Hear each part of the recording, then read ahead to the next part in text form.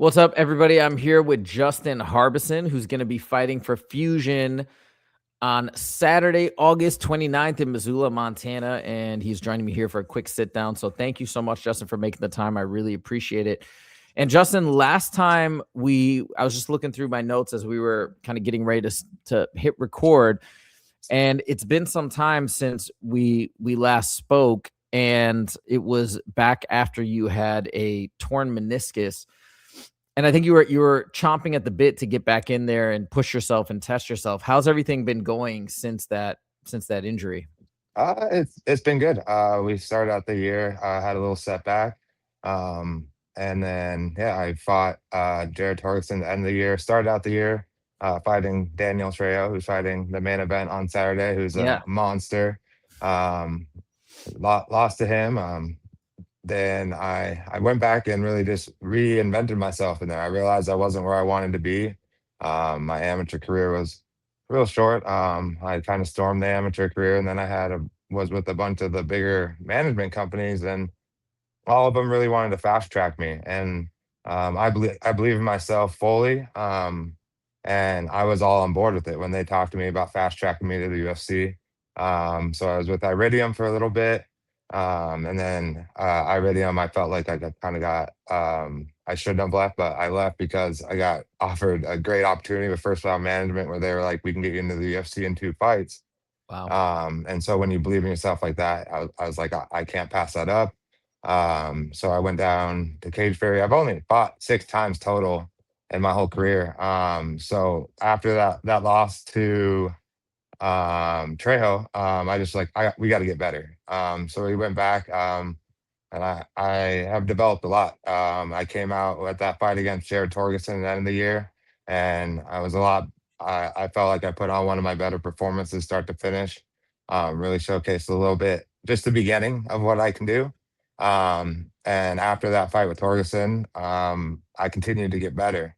And I think right now, coming into this fight, I'm the most well-rounded fighter I've been, and I'm ready to showcase it. I think there was a little bit there where I feel like I got little bumps in the road, but I never wavered in my belief, and I think that's what's helped me keep just getting better in the gym, And I think coming into, like I said, this one coming in, I'm feeling sharp. I'm feeling the most advanced in my entire MMA game. I'm ready to show that I'm not just a wrestler. I think that's where people get wrong is that all I have is wrestling, but I'm very well rounded. I have everything, and I'm ready to display that Saturday night. So now from your first fight you had your first amateur bout recorded was July 16th, 2022. So now it's 4 years later, 4 years after the fact, and you're feeling like things have really progressed. That's awesome. Tell me. Yeah, Yep. I think that there was a little bit there where I didn't worry about getting better. When you're with like those management companies, they're amazing, they're great to work with, but you're always on the call waiting for what's next. Like you can't Mm, really worry about getting better or take some time off from high intense training. You're always mm, peaking because you want that opportunity. It's like when I got the opportunity to go fight on Cage Ferry and fight Anthony Gracio, it was just like can't say no, we're ready. And I think I was just more focused on always being ready and being in that fighting mode instead of actually progressing. And that, like I said, after that loss to Trail, I really was like, we got to peel it back and we got to build up. We got to get better. that's super interesting, and it sounds like you've had a little bit. Right, you had such a quick amateur career. You came right into being pro, so you weren't really having time to slow down and maybe train. And now you've had that opportunity. Mhm. That's really really interesting. What was it in particular? And by the way, I want to come back to your wrestling background, but what was it in particular about the loss to Danny Trejo that maybe got things that shifted your perspective so much? I mean, was it yeah? What was it about that loss? Just I made so many mistakes. I've gone back and watched the film on it. I rushed everything. Nothing was patient. Nothing was slow.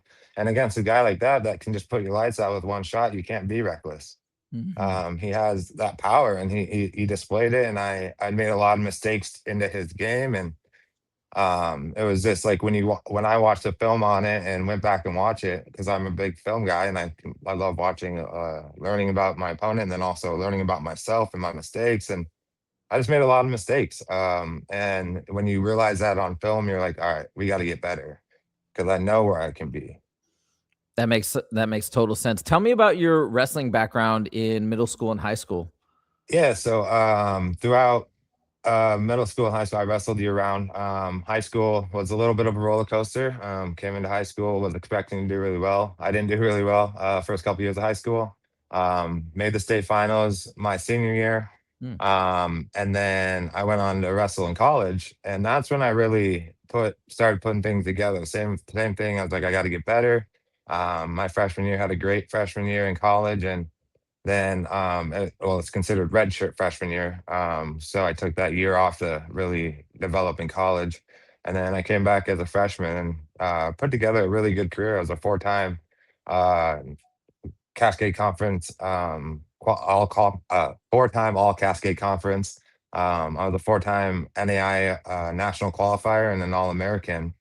mhm. And it just goes back to I really just wanted to get better. And I think that was one thing my coach told me at the end of my career when he recruited me. Um, was when he recruited me, he saw how much I loved the sport and knew that I would show up every day and keep getting better. And he expected me to do something like good, but no one really expected me to do the career that I had. And at what point so obviously that makes sense why people are expecting wrestling or a lot of really good wrestling from you. But at what point during your training career did you start to incorporate striking? It was like kind of right away. Mm, My coach Matt Powers, he's like, we got to teach you to throw hands. And that it really, I think, slowly, like I didn't really have a style, just your basic wrestler overhand, mhm, overhand into a shot, and I tried to rock that for as long as I could. Like we were saying earlier, is like I kept doing it, got away with it. My first two amateur fights. Um, got away with it against at my pro debut. Tried to do it at Cage Ferry, got clipped, mhm, and then tried again just a bum rush against Feo, and didn't really believe in my striking. And I mm. think from that moment on, I was like, we got to develop my hands. My hands have to get better, and that's what we just been focusing on for a while. Obviously, we still work a lot of wrestling, a lot of jujitsu. I have great jujitsu coaches. My gym's filled with four or five black belts that are all very high level and do a lot of high competing. And my main coach, Derek, always keeps my jiu-jitsu and ground game sharp. Mhm. But I really just invested over this past like probably 2 years, probably since the end of 2024, 20 in the beginning of 25 when I went to fight before I tore my meniscus and had to get surgery. We were really working on my striking, but I just really still resorted to my wrestling in the cage.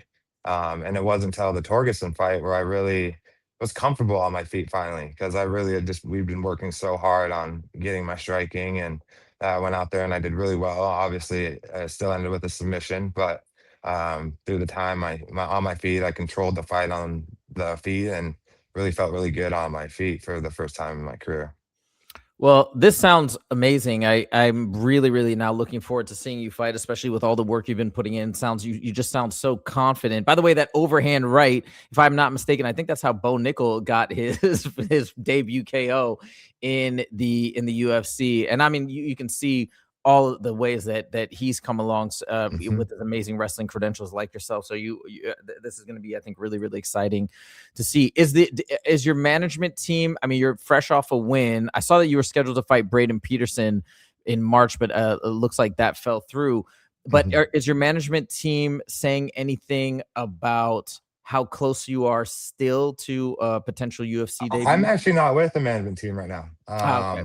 So after kind of the fast track didn't work with first round management, Mhm. I stopped working with them because they're really just trying to. They're like they have a lot of big names, so it's like if you're not going towards the top with them, like they kind of leave you in the dust. I see. But we know I think it's just been proven. Like all it takes is in this world of social media and everything, you rattle off at heavyweight two or three in a row, your name can be in the conversation right away. Obviously, if you're like a 155 pounder, you gotta grind. There's a lot of them out there in the world. The UFC roster doesn't have a lot of heavyweights. Right. Josh Hockett, what is he, 8-0, I think? Like, he doesn't have a ton of fights, but he got to the UFC, fought twice in the 2 or 3 times in the UFC now, and already top 5 guy at Isn't that heavyweight. If you, crazy? Isn't that mm, crazy? but I think he's really good. He is amazing. And by the way, no, Mhm. even more crazy fact, he was on the Contender Series basically exactly a year ago, Really, and he's about to fight Alex Pereira. I mean, I think he's gonna fight Alex Pereira. How I could see crazy. that one. Yeah. Yeah, no, you're right, and obviously, it's not just that, though. I think with your story, what's also unique, like Josh Hockett, is you have serious wrestling and combat sports credentials, and now, to me, what I'm hearing when you describe everything you've been doing, it sounds like the dots are all connecting. It sounds like Yes. everything is coming together. Yeah, I think this is like the first camp where it's like it all feels good. Like I don't feel like I have a ton of holes heading into this fight. And I think that's the first time in a long time where it's like before it was like, man, like maybe my striking's not nearly as good as him, but I have my wrestling. Hopefully that outdoes it. But now Mm. it's like I feel comfortable everywhere in this fight, and I feel like I can compete in every single position. Very cool. Okay. Well, this is awesome. If you got a shot, and again, I don't want to look too far ahead. I know you're more focused now on training and improving, and that's probably is the right mindset. I just got to ask though, if you had the opportunity, I've been getting really into the Contender Series lately. If you had the opportunity to make it onto the Contender Series, is that an avenue that you would be interested in going? Oh yeah. Oh yeah. That's we've always talked about it. That I'll like that's where we just got to get to. And obviously it would be like there's the opportunity like if you sign straight to the UFC, sure that'd be cool. But I feel like the Contender Series is the way to go. You really get to test yourself. I think you fight regional, you fight regional, you fight regional, you build up a good little resume, and then you get to test yourself. And like Tommy McMillan's a perfect example of that. He went and fought on the Contender Series, fought a very tough guy, and he Yeah. was like, "Hey, I'm here." And now he's riding that momentum, and now he's a big face, big star, and can do a lot of big things. Happened so quickly. It's pretty wild. Tell me about yourself a little bit outside of fighting. What's one or some of your biggest passions outside of fighting? I love to play golf. I work too, so I'm a little busy doing work, but outside of fighting, I enjoy just being outside. I have a dog. I take him down to the park, take him for walks, take him What on kind of hikes what kind every of now dog and then. what kind of dog do you have? Australian Shepherd. Okay, cool. Awesome. Yeah, he's my little buddy, and but yeah, a lot of my if I'm not training or working out, I like to play golf. Golf is something I really enjoy doing. Like Justin Gaethje and Daniel Cormier. Yeah, they play Justin plays a lot of golf. I think Justin's Justin's like actually obsessed with it. yeah, He's like yeah. weirdly obsessed with it. Like they say, like he's always playing golf. Where it's like I do it more of just like a casual go hang out with my friends and go play 9 or 18 holes depending on what we're doing. Who's your favorite active UFC fighter? Ooh, that's a tricky one. Gosh, I have some there's a lot of them I like.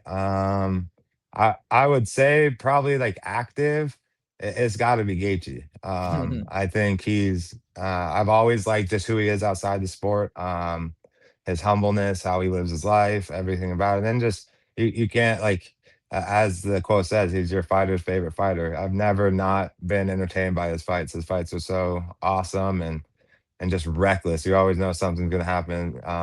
Crazy. It's just like I also like Mauricio Rufy too. He's fun to watch Oh, he's got a because good one coming up. he does. But when you watch him, you know something highlights coming because he looks for that one shot. Something crazy is about to come. What was your reaction on June 14th when you saw Gaethje fight then? I mean, I'm gonna be honest. I'm a Gaethje fan, but I was like, I don't see a path to victory. I thought he could maybe make it ugly in the dirty box, but I was so shocked. I was sitting there just watching him beat the crap out of Ilya, and you're just like, oh my goodness, this is crazy. Talk about learning and growing and always evolving. I felt like he just yeah, I don't know, same thing. I mean, it's weird to say about him because he's been in the UFC for so long, but it felt like all the dots for him were connecting. He had pieced Mhm. everything together, had the great game plan, which I feel like he often does with Trevor Whitman. But then, yeah, I don't know. I actually, okay,